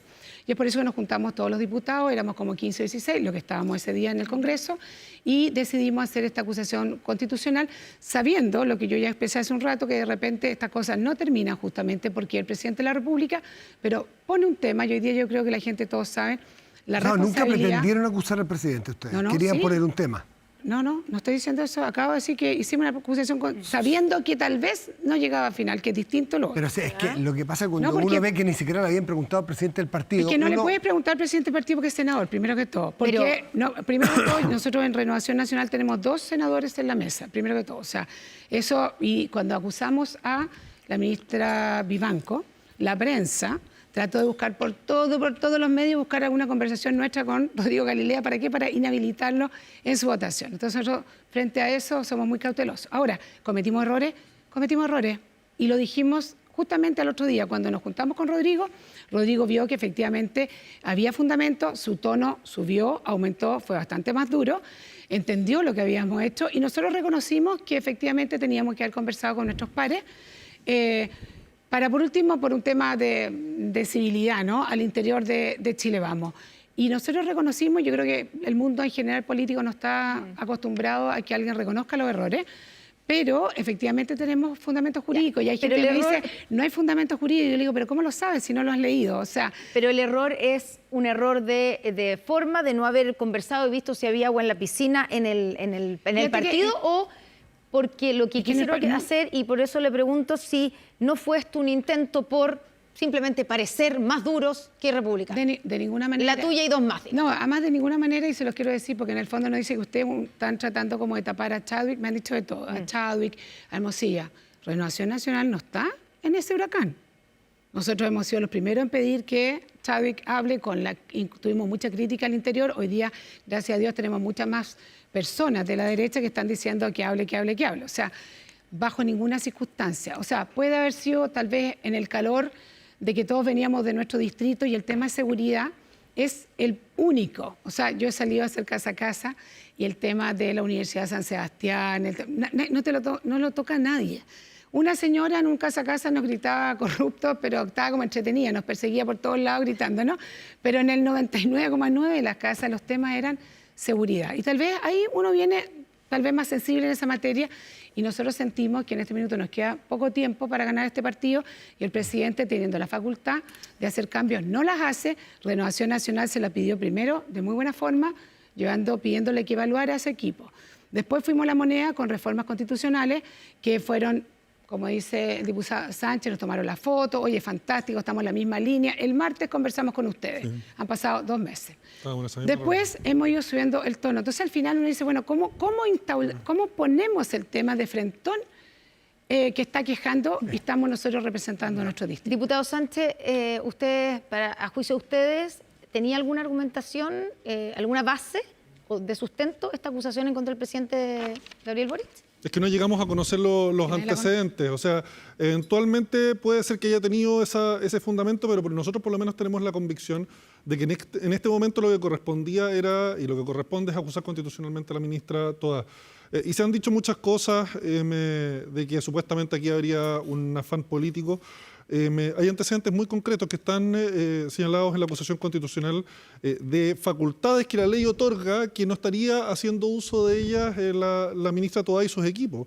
La ley 21.589, por ejemplo, que reforma la ley de migraciones, que facilita la expulsión de migrantes ilegales, eso no ha sido utilizado y fruto de eso es que hoy día tienes 28.000 órdenes de expulsión pendientes del país que no se les ha dado cumplimiento. La ley que ordena o que establece las formas de reconducción además de los inmigrantes ilegales. Y ahí les doy ejemplos muy concretos, que no se está haciendo uso de esas facultades. Y la causal invocada por nosotros en la acusación constitucional es dejar sin ejecución la Constitución y las leyes. O sea, aquí, más allá de las cosas de temperatura política, de agua en la piscina, de andar contando votos, nosotros siempre en todas las acusaciones constitucionales que hemos presentado como diputados republicanos hemos actuado sobre la convicción de qué es lo que corresponde hacer, independiente de que nos vaya bien o nos vaya mal. Nosotros actuamos con convicción y lo que esperamos es que esas facultades se usen por todos los sectores políticos con convicción en el Congreso. Aquí, como dije antes, nosotros hemos hecho uso de todas las atribuciones fiscalizadoras y legislativas que la ley nos otorga a los diputados antes de llegar a la acusación constitucional. Entonces aquí no hay un exceso. Y creo que la comparación que hace el senador Latorre, para hacer el punto ahí claro, la comparación que se hace con lo que ocurrió en el gobierno pasado es un exceso, porque ahí sí que se recurría a la acusación constitucional en una primera instancia. Aquí nosotros hemos hecho todo antes de llegar a eso. Sí. ¿Senador Latorre? Sí. ¿Qué responde a la lista de acusaciones que hace el diputado? Facultades que no está usando la ministra Carolina Toá. Creo que eso lo tendrá que responder la propia ministra del Interior cuando se le cite en la propia acusación en la Cámara, su defensa, ella tendrá su defensa, y me parece que los argumentos van a quedar muy claros. O sea, es de este tipo de acusaciones que se hace como para hacer un punto, que ni siquiera cuenta con el apoyo de todo el bloque político de las derechas, ¿no? Donde están las extremas derechas y las centros derechas, etcétera. Va a haber dispersión de votos ahí, estoy seguro de aquello, y probablemente es de estas acusaciones que ni siquiera lleguen al Senado. Por tanto, yo quedo tranquilo porque la propia ministra del Interior va a poder hacer una defensa de todo lo que se está haciendo, de cómo se recibió el país en materia de seguridad, de lo que se está haciendo, de la ley de presupuesto para el 2025, que es donde creo que deberíamos poner la energía para justamente mejorar y potenciar las herramientas que tiene el Estado sobre seguridad pública. Así que creo que la propia ministra va a hacer su defensa y va a quedar absolutamente demostrado. Yo no estoy conforme. Castro. Yo no estoy conforme con la política de seguridad del gobierno. Quiero ser sincero, lo he dicho innumerables veces, yo quisiera dar pasos mucho más certeros, incluso que hubiera colaboración de las Fuerzas Armadas con la policía. Pero me parece que en la derecha hay confusión. Aquí se está viendo. Me parece que se están dando un paso en falso porque van a terminar fortaleciendo a la ministra Toá. Porque ella va a tener una oportunidad de poder expresar con lujo de detalles qué es lo que ha sido la facultad constitucional que ha ejercido la presidencia, la ministra, las policías, todos los actores involucrados. ¿Que falta más? Sí. Mi problema es de estrategia. Yo creo que en la estrategia hay errores, pero de ahí a esto me parece que es un caldo de cultivo en caliente antes de una elección que la verdad, se lo digo sinceramente, no le veo destino como está planteado hoy día. Solo decirle que ojalá se fortalezca la ministra, pues, senador.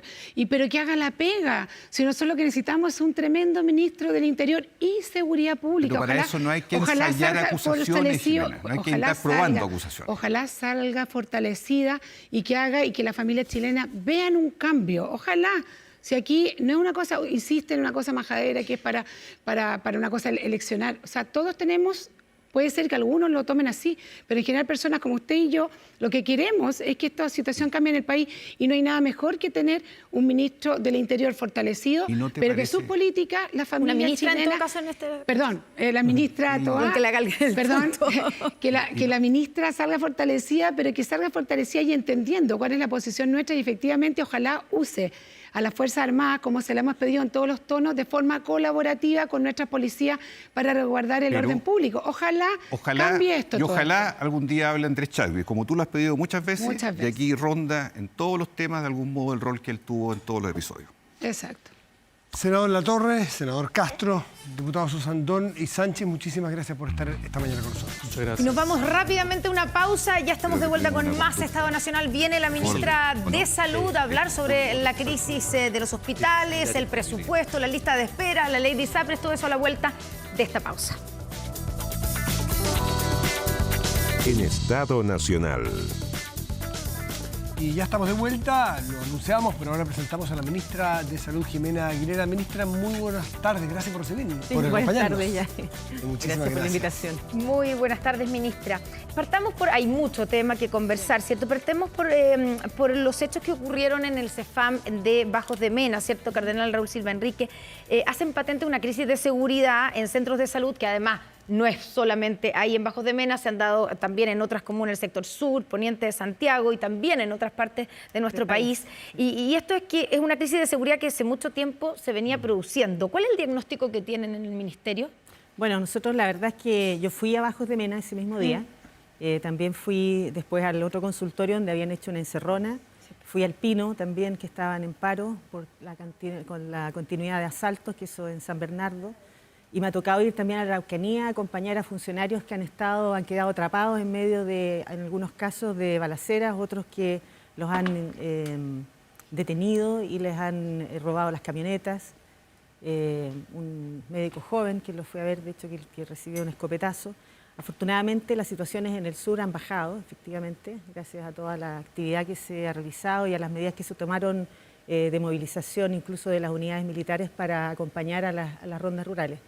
Para nosotros el diagnóstico es que efectivamente hay una situación que es preocupante, a nosotros nos preocupa, es una prioridad para nosotros el garantizar la seguridad de los funcionarios. Hay temas así más rojos como es, por ejemplo, ¿Por qué se produce, digamos, se venía produciendo hace tiempo, pero por qué se ha radicalizado de esta manera? Bueno, porque... Cuando vemos que, digamos, hay, o la crisis de seguridad finalmente está afectando... nadie queda libre. Claro, porque cuando vemos que persiguen a una ambulancia para asegurarse de matar a dos niños de 13 y 11 años que eran hijos de quien, digamos, a quien se estaba velando, a quien se estaba enterrando en un, entre comillas, narcofuneral, uno dice, pero ¿en qué momento llegamos a esto? Claro, lo que sucede es que nosotros, como sistema de salud, tenemos una ventaja en relación a otros sistemas y que estamos presentes en todo el territorio.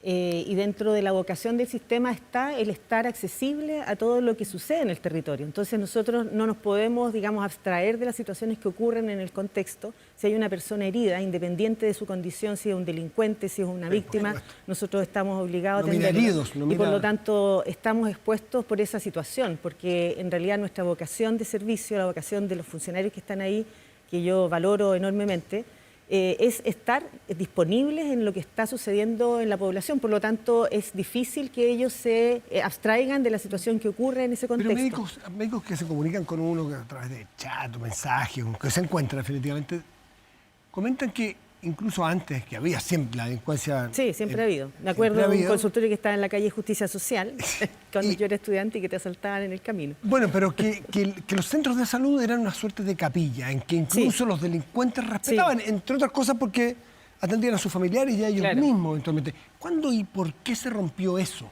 Bueno, hace años ya que está mucho más violento, la gente está toda más agresiva, incluso aquí hay que distinguir dos situaciones distintas, uno de la violencia que tiene que ver con la seguridad, con los delitos, y otro también es lo que es el enfrentamiento entre los pacientes y los prestadores de salud. Entonces yo creo que ambas cosas, que son de una naturaleza distinta, han aumentado. Y claro, en la suma uno ve que en realidad hay una condición mayor de inseguridad. La inseguridad en el caso del personal de salud que está atendiendo en situaciones delictuales está más amenazada por el uso de armas de fuego. Claro. Porque cuando llegan con un arma blanca, por último, tiene un radio de funcionamiento, de control más controlado, digamos, pero ya un arma blanca pone en riesgo... Claro, el arma de fuego, perdón, tiene un riesgo de otra naturaleza, pero lo que ha sucedido, yo creo que en los comentarios que hacen los médicos, es que ambos tipos de situaciones han aumentado.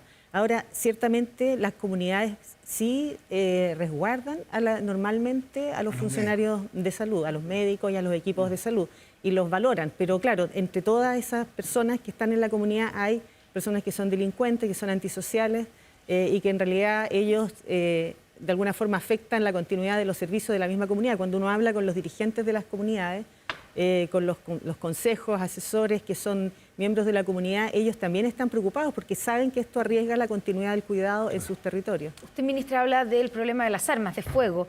Hay quienes están pidiendo guardias armados en los CEFAM y hospitales. ¿Usted está de acuerdo? O sea, de hecho, eso es algo que conversamos con la ministra de Interior. No es que nos hayan pedido. Ella me pidió que nosotros evaluáramos la posibilidad de tener vigilantes, que se llaman como las que tienen en los bancos. Sí. Y que están armados, esa es la diferencia con el guardia. Sí, porque los guardias habituales son personas que están ahí mirando, pero que no tienen un entrenamiento como para realmente garantizar mejores condiciones de seguridad. ¿Lo van a implementar, ministra? O sea, sí, estamos viendo todas las posibilidades porque tiene que ser el que administra el establecimiento. Nosotros, no sé si ustedes saben, pero en realidad como Ministerio de Salud no administramos ningún establecimiento, lo administran los municipios o los servicios de salud. Lo que nosotros estamos revisando con la jurídica del Ministerio es cuáles son los pasos que se deben cumplir. Por cierto, que implica un gasto mayor. ¿Y qué facultades tendría un guardia armado? ¿Cuáles son los límites? Bueno, eso ya, la verdad es que escapa un poco de mis competencias. Pero usted tiene mucha experiencia en los hospitales, entonces... Sí, en los hospitales, pero... ¿A dónde pudieran llegar según su criterio? No, el ingreso, que dé una condición de mayor seguridad, como en vez de los guardias que tenemos hoy día, tener vigilantes, como son en cualquier banco, que tienen un efecto disuasivo. Y por cierto, si ocurre algo, pueden controlar de alguna manera. Ya, o sea, el Ministerio está a favor de esa medida. O sea, nosotros estamos abiertos a cualquier medida que garantice mayor seguridad. Pero en esta en concreto que se ha solicitado. La estamos estudiando, claro, justamente a solicitud del mismo gobierno. No es pero están estudiando qué hay que hacer para poder concretar y para que existan. O sea, el foco está puesto en que efectivamente haya vigilantes armados en los CEFAM y en los hospitales. Que haya vigilantes. El foco está en dar las atribuciones hacia las personas que están a cargo de la administración de los establecimientos para las medidas que ellos consideren y la comunidad asistencial que ahí trabaja que sean necesarias. Ya, pero más allá de que sean, yo entiendo que son los servicios y el municipio los que administran los establecimientos, hay esto es una medida que tiene que venir desde el Poder Central. Por último, o sea, la habilitación, por cierto, sí, claro. Por eso, ustedes están trabajando para habilitar la posibilidad de que existan vigilantes en donde armados. se requiera. Y cada establecimiento lo determinará. Claro, porque primero, justamente dentro de las cosas que hay que determinar, efectivamente el nivel de riesgo, porque no es que se pueda realizar en cualquier lado, de acuerdo a los informes que me han dado hasta el momento. El otro día, cuando vimos lo del Silva Enríquez en el CESFAM de Bajos de Mena, después vimos que quedaron 2 carabineros de punto fijo. Sí. No sé si siguen todavía, entiendo que sí, porque se suponía era un mes, que iban a quedar, ¿no? 30 como... días. Era un mes, me parece. Sí, y en el Pino como 15 días y iban a estar revisando semana a semana. En ese momento uno pensó, como ciudadano común y corriente, esos 2 carabineros que están ahí de punto fijo no están en otra parte, obvio. No están rondando, no están... Sí. Y hay una ley que debiera facultar, que no ha logrado salir, que es la infraestructura crítica, y particularmente regla uso de la fuerza para poder establecer cómo se hace, que hubiese en apoyo, no en patrullaje, de militares, haciéndose punto fijo. También serían disuasivos, como usted plantea. ¿Qué le parece a usted esa idea? Que se destrabe la posibilidad de que haya 2 militares en la entrada, o 3 o 4 militares en las entradas de los hospitales. ¿Ayudaría? O sea, nosotros, como dije, estamos abiertos a todas las medidas que sean necesarias para resguardar la seguridad de los trabajadores de la salud. Pero usted es la ministra de Salud, no es un personaje neutral a que estamos abiertos a que suceda. ¿Cuál es su posición activa al respecto? Si usted le pregunta su opinión. O sea, yo pienso que efectivamente en aquellos servicios de urgencia que tienen una alta afluencia, que están en lugares con mayor riesgo, de hecho lo hicimos en la Araucanía, de alguna forma se movilizó la unidad, la base militar, justamente para resguardar a los funcionarios de salud. ¿Y ha dado buenos resultados? Y ha dado buenos resultados. Entonces, ¿usted sería partidario de hacerlo en Santiago, por ejemplo? Bueno, si se llegara a aprobar la ley, sí. En los lugares donde amerite una situación así. Por ejemplo, CEFAM y por supuesto debajo que de Mena. analizado con el Ministerio del Interior, porque no Sí. es algo que dependa, y con el Ministerio de Defensa de mi cartera. Pero, ejemplos concretos, CEFAM de Bajos de Mena. ¿Usted sería partidaria de que ahí, previa ley aprobada, haya puntos fijos militares cuidando ese CEFAM?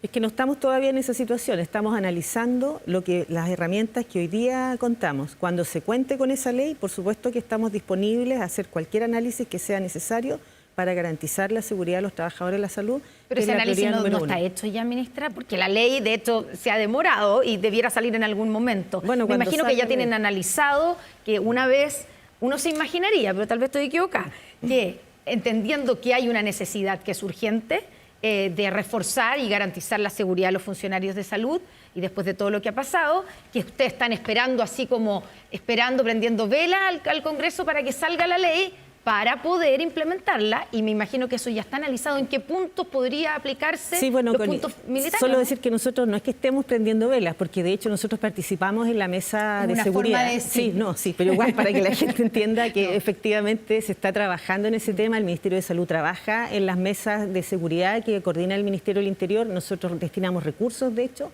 a los consultorios para las medidas de seguridad en la cuantía que nosotros podemos, por supuesto, para tener puntos, por ejemplo, botones de pánico, reforzar lo que es la infraestructura, los cierres, cosas relacionadas con una situación estructural de mayor seguridad. Y por cierto que mucho más rápido sería el tema de los vigilantes que esperar a que se apruebe una ley, y seguimos trabajando en eso. Es decir, que estamos trabajando en todo lo que podemos para tratar de dar mayor seguridad a las personas. ¿Hospitales y servicios de salud en general son infraestructura crítica para usted? Para mí, por cierto, los hospitales que tienen servicios de urgencia y los lugares donde se atiende durante toda la noche y se garantiza una continuidad del cuidado.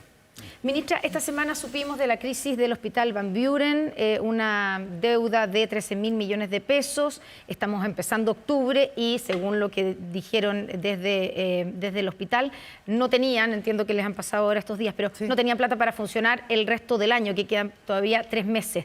Sabemos que esto no es solamente en ese hospital, pero en el caso de este hospital donde se ha centrado la crisis esta semana, ¿cómo puede ocurrir esto? Que estemos a principios de octubre y que un hospital, el Hospital Van Buren, no tenga plata recursos para terminar el año. Bueno, ¿Se los gastaron antes de tiempo? ¿Qué pasó? Claro, lo que sucede es que el Hospital Van Buren tiene una deuda de arrastre que viene del año 2021, que es de más de 10.000 millones de pesos. Dada esa situación de deuda de arrastre, ellos tienen bloqueadas las compras con algunos proveedores porque no le han pagado.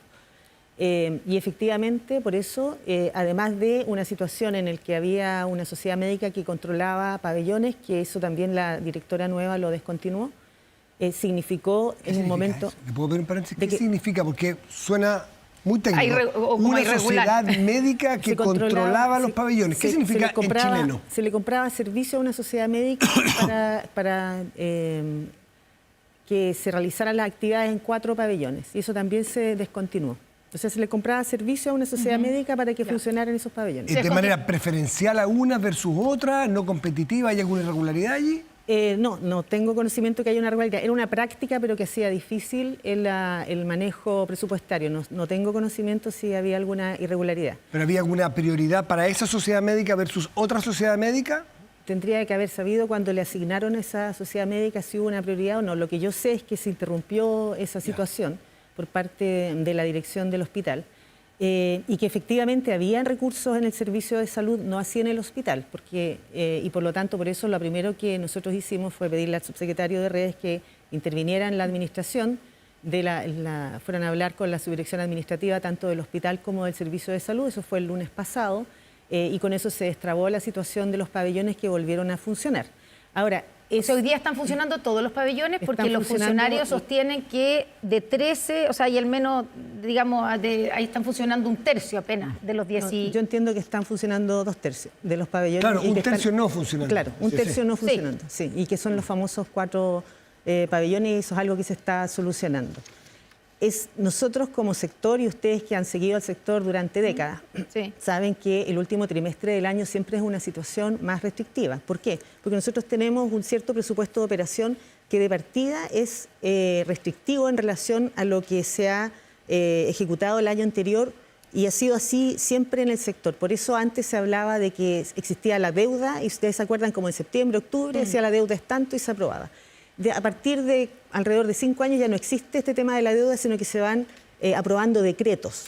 Entonces nosotros en esta fecha lo que empezamos a hacer una reasignación de recursos justamente que no se han ejecutado para terminar el año, y con la dirección de presupuesto tenemos reuniones todas las semanas viendo cómo asignar los recursos de manera que se pueda dar cumplimiento a la actividad del año. Este año lo que ha pasado, al igual que el año pasado, es que nosotros hemos aumentado mucho la producción, porque el problema es con el presupuesto de operación, Sí. no es con el presupuesto de recursos humanos ni el de inversiones, sino que el que Operación se usa médica. para la operación, es decir, la compra de insumos, medicamentos, etcétera.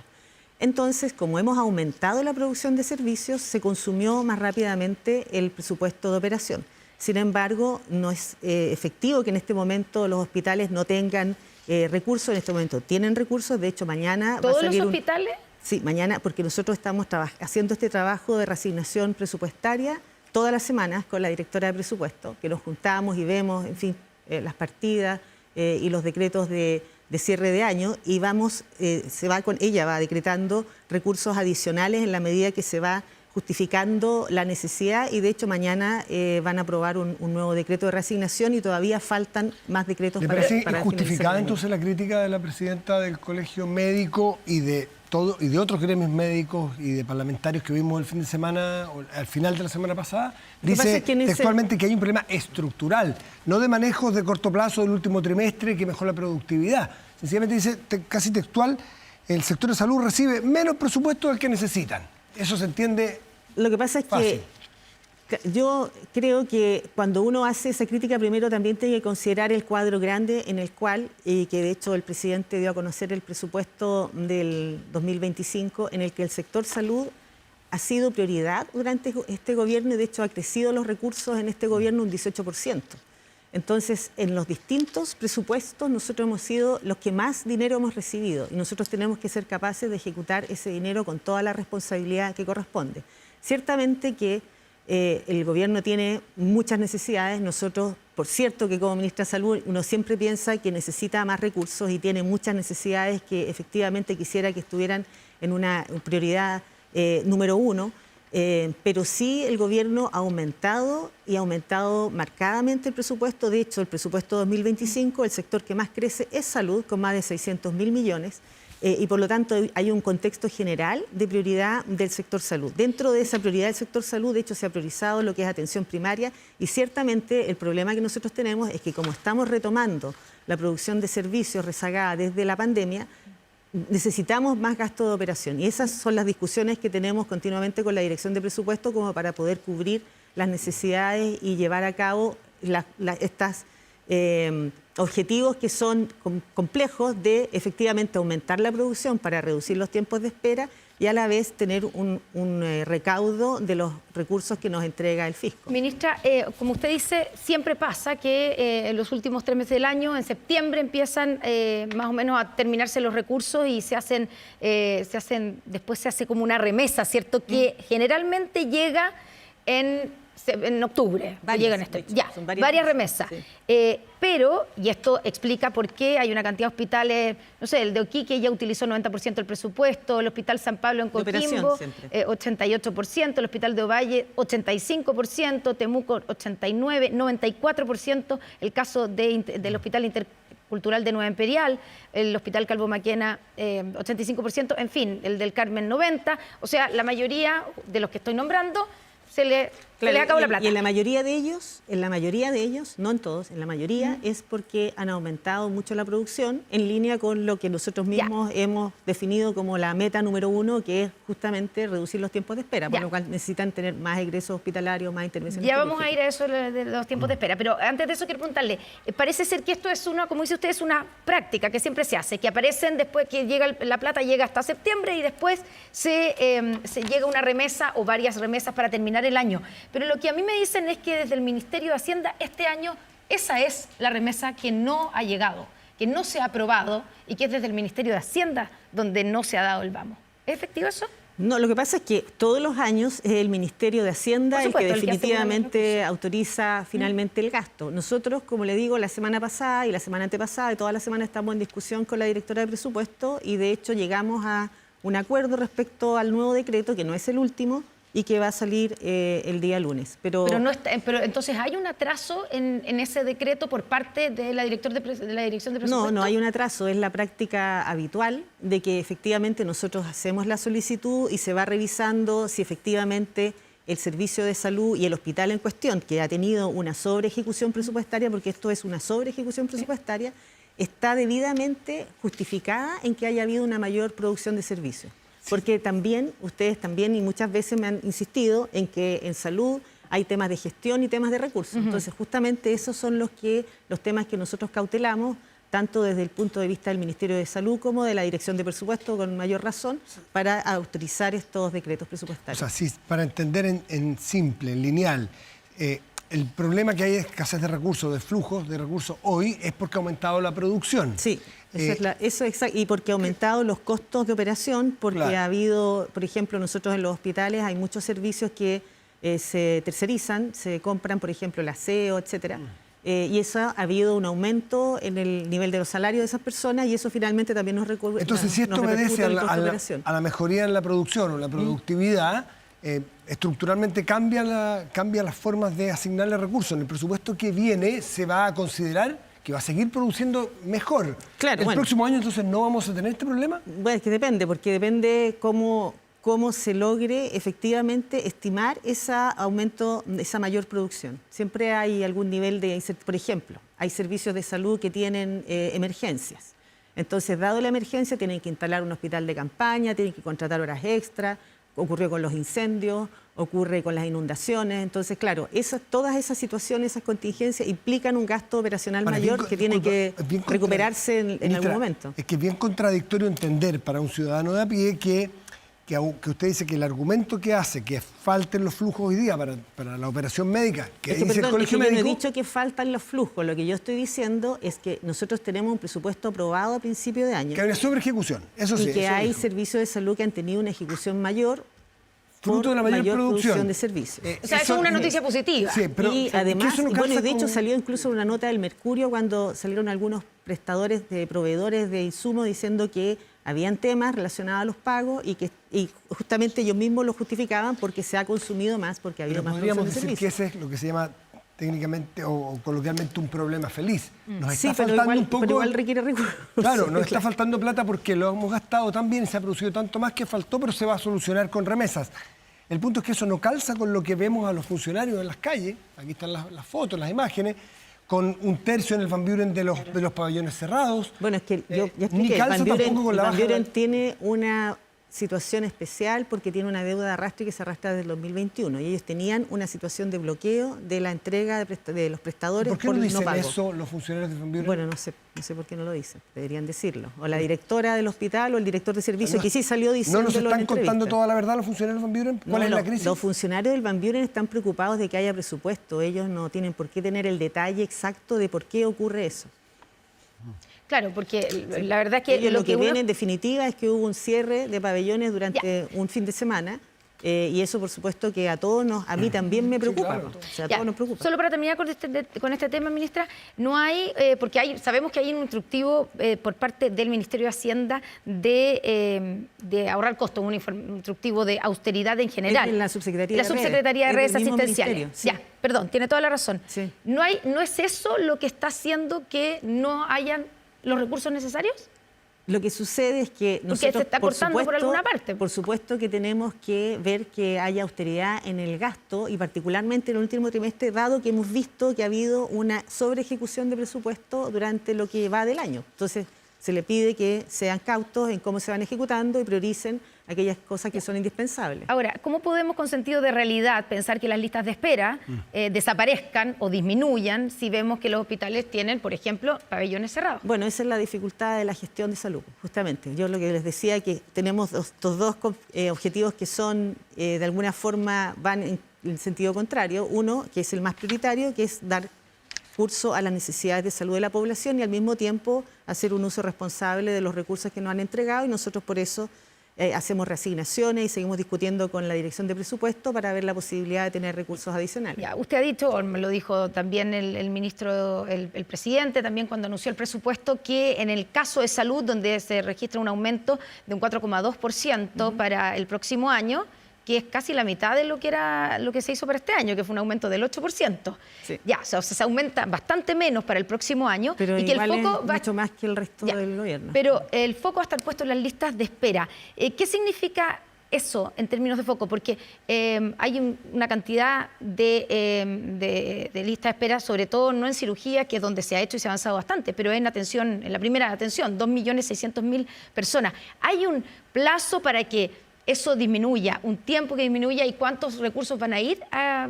Sí, bueno, hay un eso? plan de lista de espera, como les he mencionado en otras oportunidades, la lista de espera, el tiempo de espera, en realidad, que es lo que más nos interesa a nosotros, es la prioridad número 1 de la gestión del sector.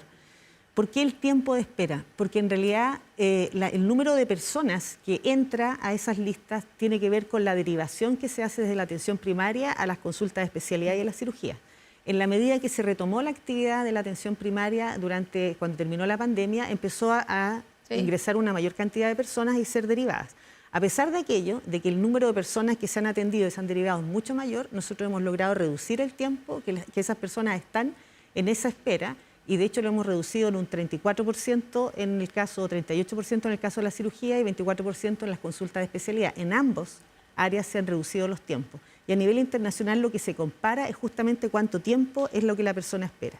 ¿Por qué ocurrió esto? Porque en la pandemia se produjo un rezago de atenciones que incluso en los países desarrollados, en Inglaterra, ustedes pueden ver publicaciones cuánta gente está esperando más de un año por su atención de especialidad. En España, en Canadá, en todos los países que tienen sistemas públicos se produjo esta situación y se han incorporado recursos adicionales muy cuantiosos para tratar de reducir. Lo que se hizo en esos países fue fijar un proyecto, dar un plazo de 3 años, en el caso de Inglaterra, un presupuesto separado solamente para poder... Para eso. Ya, eso no se ha hecho en nuestro país. Aquí sí se ha hecho. Aquí se ha entregado hasta la fecha 90.000 millones y para el año que viene hay un aumento del 68% de los recursos. Ciertamente que nosotros necesitamos más recursos y los por cálculos eso, de la lista de espera, hay cálculos que sostienen que la lista de espera costaría 800.000 millones de pesos. 300.000 por año, han dicho algunos. 800.000 en el total. Ya, por eso, en el total, sí. Acumulado. Sí. 300.000 por año, Ahora, pero está lejos de lo que está diciendo Por eso usted. también porque también tenemos que tener una capacidad de producir eso. Y nosotros podemos tener todos los recursos y tenemos que tener una capacidad de producción entre el sector público y el privado, porque recordemos que nosotros para resolver listas de espera compramos servicios también en el sector privado. ¿Y por qué no se compra más si el sector privado ha dicho que está disponible? Se compra de acuerdo a la cantidad de recursos que efectivamente tengamos aprobado en el presupuesto. Si ustedes recuerdan, en la ley que recién se aprobó de